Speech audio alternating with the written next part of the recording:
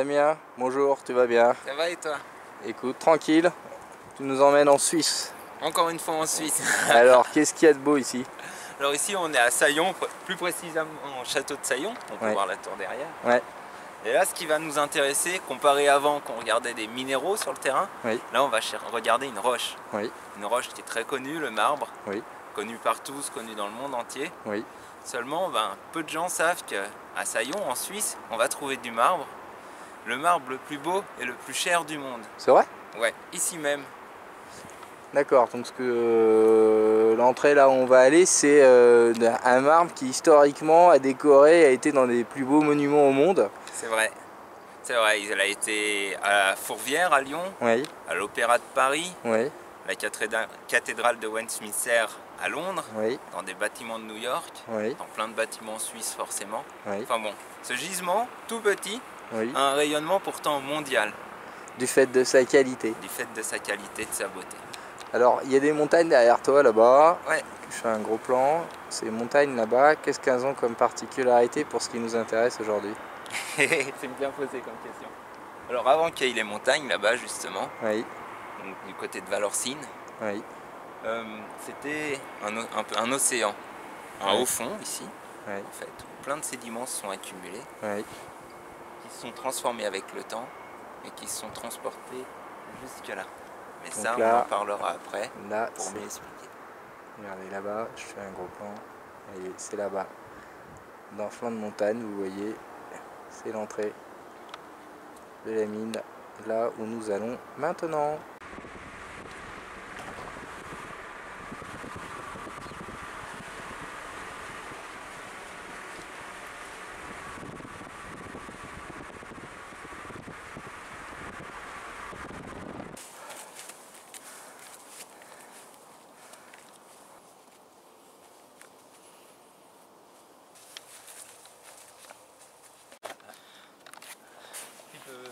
Il y a la petite plaque à l'intérieur là qui est jolie, chemin des marbres.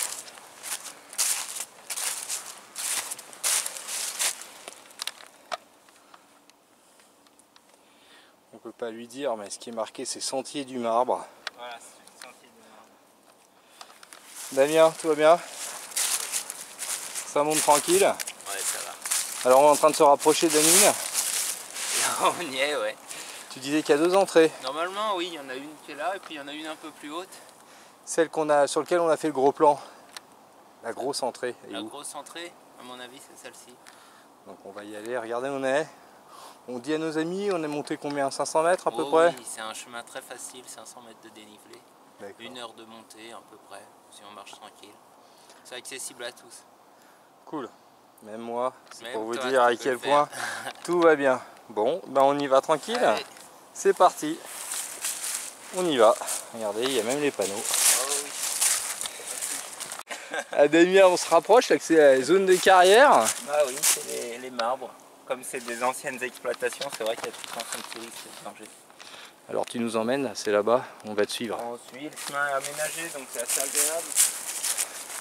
Pour des petites sorties sur le terrain en famille, c'est vraiment génial ça pour découvrir.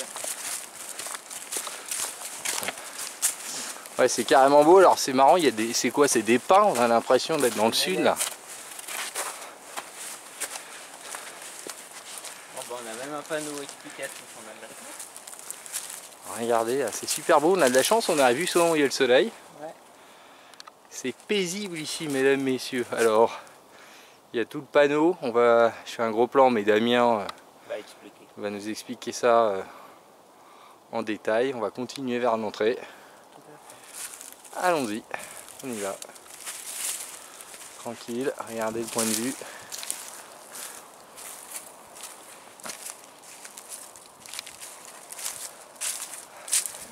C'est même des paysans pour ceux qui connaissent un peu le sud. On a l'impression vraiment d'être en Méditerranée presque, c'est drôle. Avec ces pierres, ces rochers. Regardez, on voit les coupes. Bah là c'est tout du marbre, des blocs de marbre qui ont été abandonnés, qui sont pas redescendus en fait. Regardez, on voit les coupes et tout. Ah ouais, c'est un endroit très étonnant, mesdames, messieurs. C'est un lieu de présence. Vraiment, on le sent en arrivant ici. C'est un lieu de présence, il y a quelque chose ici.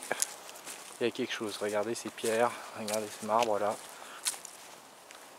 Il faut imaginer qu'avant, pendant l'époque de l'exploitation, donc ça a commencé en 1830, enfin le filon de marbre a été découvert en 1830 et après Oui. ça, comment dire, il a été exploité artisanalement. Mhm.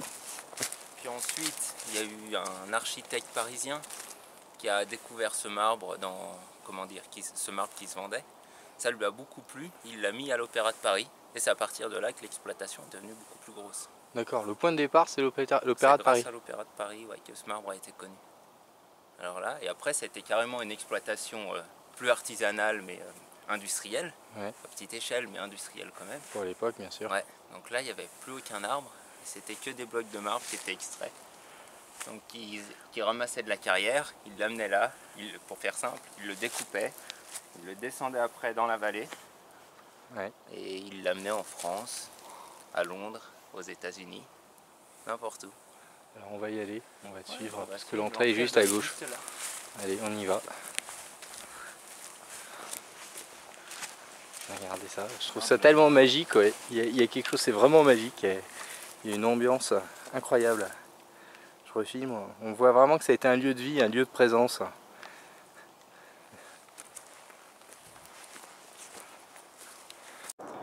Alors voilà, on est arrivé en haut de notre course.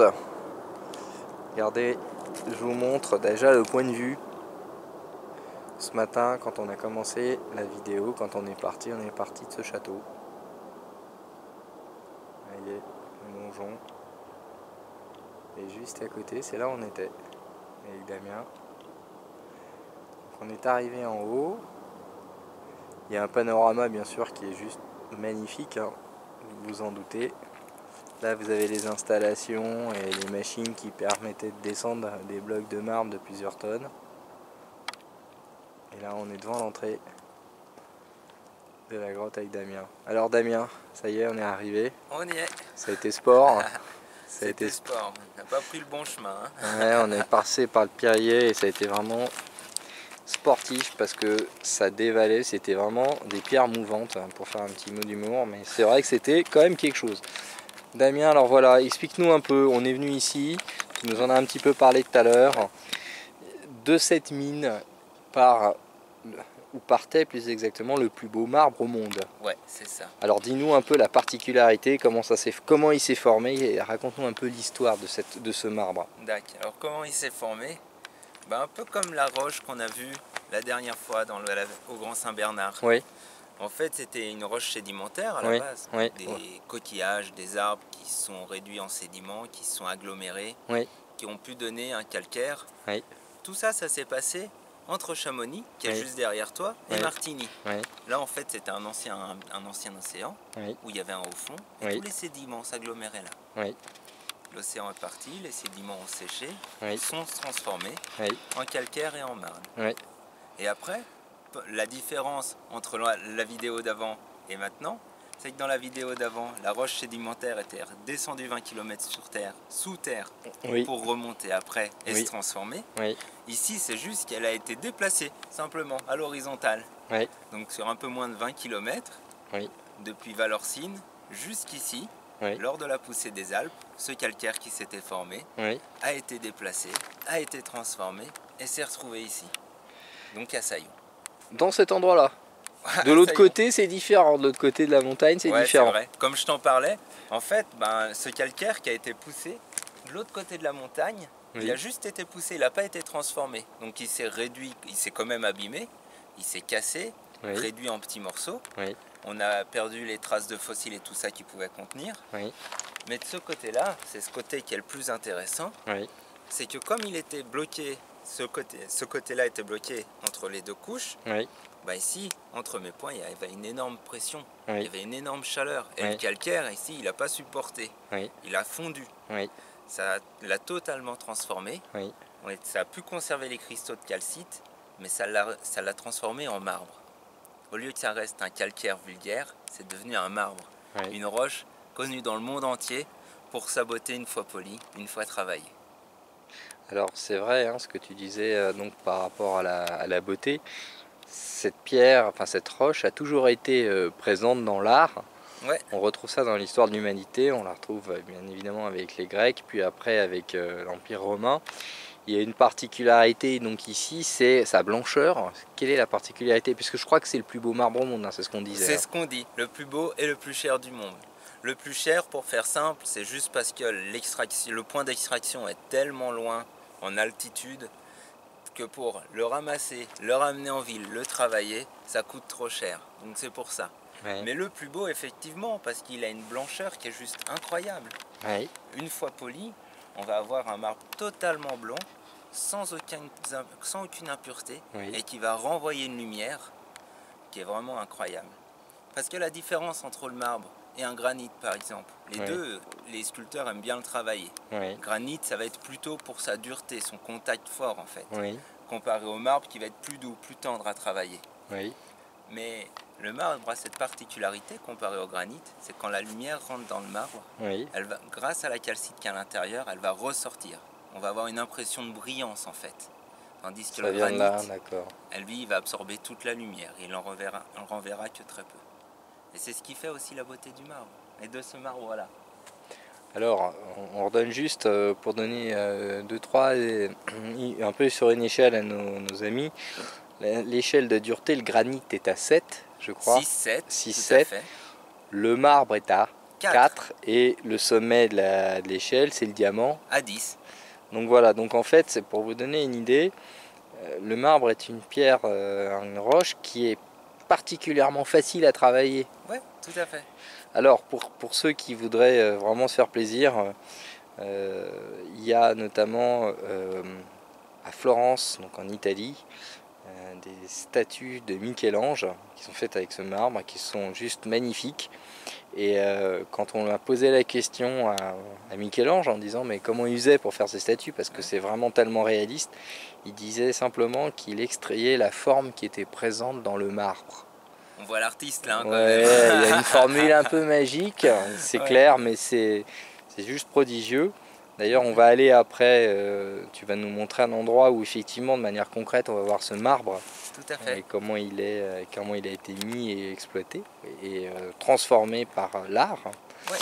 Ouais. D'autres questions. C'est vrai qu'ici, on peut venir en famille, hein, il y a un chemin il y a un tout chemin simple. qui est balisé, c'est vraiment facile. Est-ce qu'il y a des endroits où effectivement ce marbre on peut le retrouver? Parce que toi je sais que dans ton magasin on ne retrouve pas ce marbre. On est juste venu d'ailleurs ici, on le redit, uniquement pour montrer cet endroit et ce marbre parce qu'il est célèbre dans le monde entier et que c'est d'ici qu'il vient. C'est ça c'est vrai. Je n'en vendrai pas du marbre, c'est pas mon travail. Moi je vends des minéraux, le marbre est une roche, donc je n'en vends pas. Mais comment dire, comme tu disais, ce marbre a une histoire et on peut le retrouver dans le Valais assez facilement, dans beaucoup d'églises, dans des bâtiments civils. Il y a une association aussi à côté qui préserve la mine et puis qui fait travail avec des artisans qui travaillent que ce marbre-là de Saillon. Donc c'est l'association des amis du marbre de Saillon, c'est facile à retenir. Et c'est pour contribuer justement à préserver, à sauvegarder un savoir-faire et surtout l'histoire de notre région. Même si on est en Suisse, ça nous concerne quand même un petit peu. Bien sûr. On a une roche magnifique ici, ce marbre, qui peut être blanc. Après, il va avoir d'autres déclinaisons. C'est vrai qu'on ne montrera pas là par manque de temps, mais il peut être aussi vert, il peut être aussi violet, ce qui est beaucoup plus rare, mais qui est tout aussi beau. Là, on est resté sur le site où il y a le marbre blanc. Et tout ça, on peut le découvrir grâce à cette association, grâce aux expos, ou après les différents monuments qui sont où on peut tous aller. Alors, juste une chose, derrière, on voit l'entrée de la mine. Ils ont commencé à creuser en haut. Ouais, et ils sont descendus. Et ils sont descendus au fur et à mesure. Ouais, il y a plus de 20 mètres là, 30 mètres. De roches mangées pour extraire le marbre. On peut voir. Alors justement, oui, c'est quoi? On voit des lignes là. Ouais. Qu'est-ce que c'est que ces lignes qu'on voit? Alors, quand le marbre est tout blanc, ça s'appelle marbre. Oui. Quand il a des impuretés comme ça, ces lignes à l'intérieur qui vont être là-bas de couleur verte, il va plutôt s'appeler cipolin. Ça va être en fait des fines couches de serpentine qui sont dans le marbre. Alors je vais juste redonner à nos amis cipolin, ça vient du terme italien cipolla qui veut dire oignon. C'est ça. parce que l'oignon italien notamment a des rayures violettes à l'intérieur. Et c'est aussi, là pour le coup, pour la roche, c'est parce qu'elle se détache en couches, comme un oignon. D'accord. C'est ça. Donc ces serpentines là, ces rayures, Oui, c'est les anciennes traces des argiles qui étaient là quand il y avait le calcaire. bien sûr. Donc il y a 140 millions d'années si je ne me trompe pas de tête. Il y a encore des artistes qui travaillent du marbre comme ça. Est-ce qu'il y a des entreprises, des savoir-faire? Là, tu nous as parlé d'associations. Ouais. Parce qu'il y a quand même des entreprises qui doivent travailler ça, parce que c'est quand même, il y a un petit côté magique quand même, non? Ouais, c'est vrai. Alors, extraire le marbre ici dans les Alpes, Oui, c'est ça, il n'y aura plus parce que ça coûte trop cher de toute façon et c'est oui, pas rentable. oui, Après, bien sûr, des artisans qui, dans une certaine mesure, vont travailler un bloc pour faire un buste, un animal ou une autre représentation. oui, Ça, oui, il devrait certainement en avoir plusieurs. oui. Je connais pas les noms malheureusement. Bah alors par contre il y a une chose qui est importante, hein, je le redis mesdames, messieurs, ça a l'air de rien mais je vous montre rapidement, je descends. Vous voyez par terre là, vous allez retrouver plein de marbre, il y en a. Tout ce qui est blanc. Tout ce qui est blanc par terre. Alors pourquoi je vous dis ça? Simplement parce que si vous voulez vous venir, vous venez, vous faites plaisir, vous pouvez repartir avec un bloc chez vous et vous amuser à polir parce que ça se travaille vraiment très facilement. Ouais. Et puis ça devient tout lisse, il faut avoir un peu le métier mais c'est quand même, il y a quelque chose, même avec les gamins, ça peut être sympa. Alors on va aller tranquillement, là où tu veux me montrer, c'est-à-dire, on va le dire, c'est l'église de Baie. C'est l'église de Baie où on va... Présente qui a un beau, comment dire, du marbre qui est vraiment bien travaillé, qui est vraiment très beau. Alors on y va, on redescend tranquillement. Regardez encore une fois où on est. On va venir le panorama.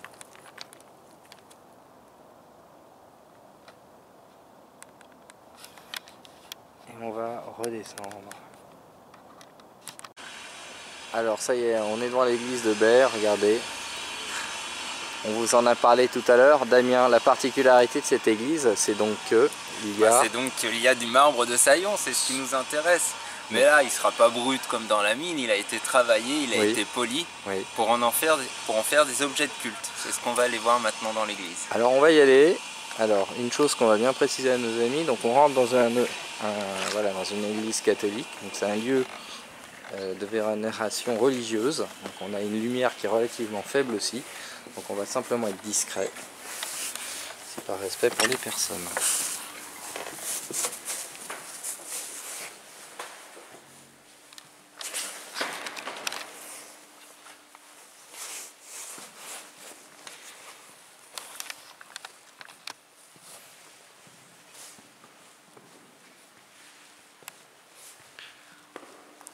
Alors on a une très faible lumière, donc j'espère que vous allez bien voir. Ici vous avez la chaire, donc là où en fait le prêtre prêche tout simplement. Et la particularité, vous voyez, je vous montre, c'est qu'il est fait dans ce marbre qu'on a vu avec Damien. Damien nous reparlera un peu de la particularité des marbres. Je vous montre juste tous les endroits du culte où ils ont été utilisés. Donc vous avez les bougies, tout simplement, hein, ce qu'on appelle les syrophéraires. Vous avez l'autel derrière. Alors, il est recouvert, donc on ne peut pas vraiment aller voir, mais tout l'autel est en marbre. Vous avez les sièges. Encore le fauteuil donc, du célébrant principal que vous voyez plus grand et qui est marqué d'une croix. Vous avez ce qu'on appelle l'ambon. L'ambon, c'est là où le célébrant va poser simplement la Bible pour la lecture. Là encore, vous voyez ce marbre. Regardez, on a la chance, je vais enlever juste l'eau. Regardez les qualités, c'est extraordinairement beau.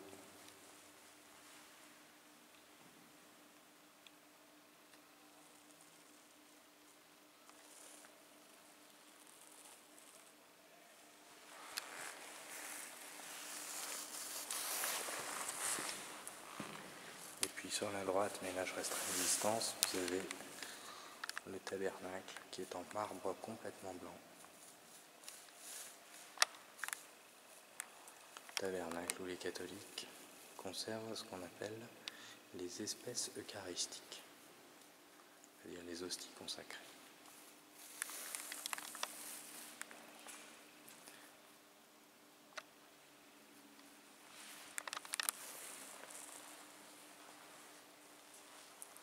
Et vous avez encore derrière un autel qui sert à poser en fait tous les objets de préparation du culte.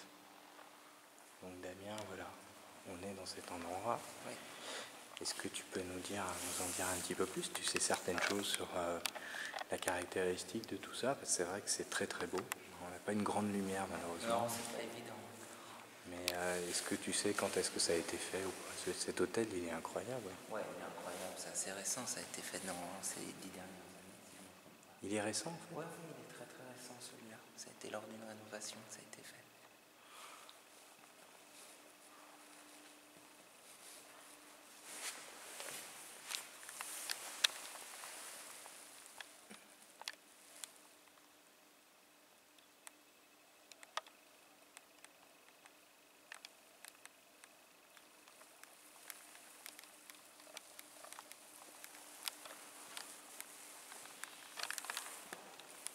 Donc là, c'est pas proprement dit le marbre comme le marbre blanc.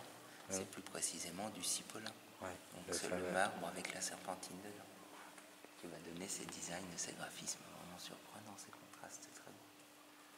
Alors, je vais essayer de montrer la lumière. Je montre sur un plan sanctuaire.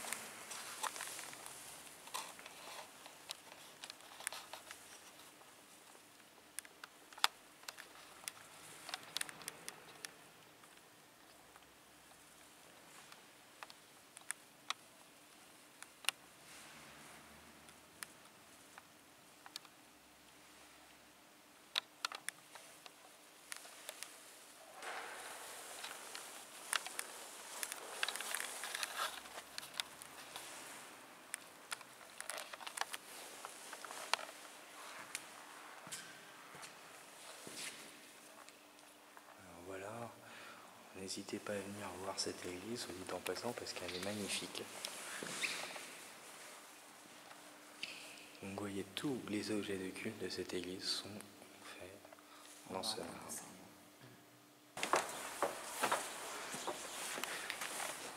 Alors voilà, on a fait un peu notre sortie terrain. On est allé voir aussi, pour montrer concrètement, on n'avait même peut-être pas beaucoup de lumière, mais on a quand même pu montrer que ce marbre, il avait vraiment une importance, il a une histoire, il est allé dans des endroits magnifiques, on l'a dit, à l'opéra, il était parti à New York, il est parti à Londres.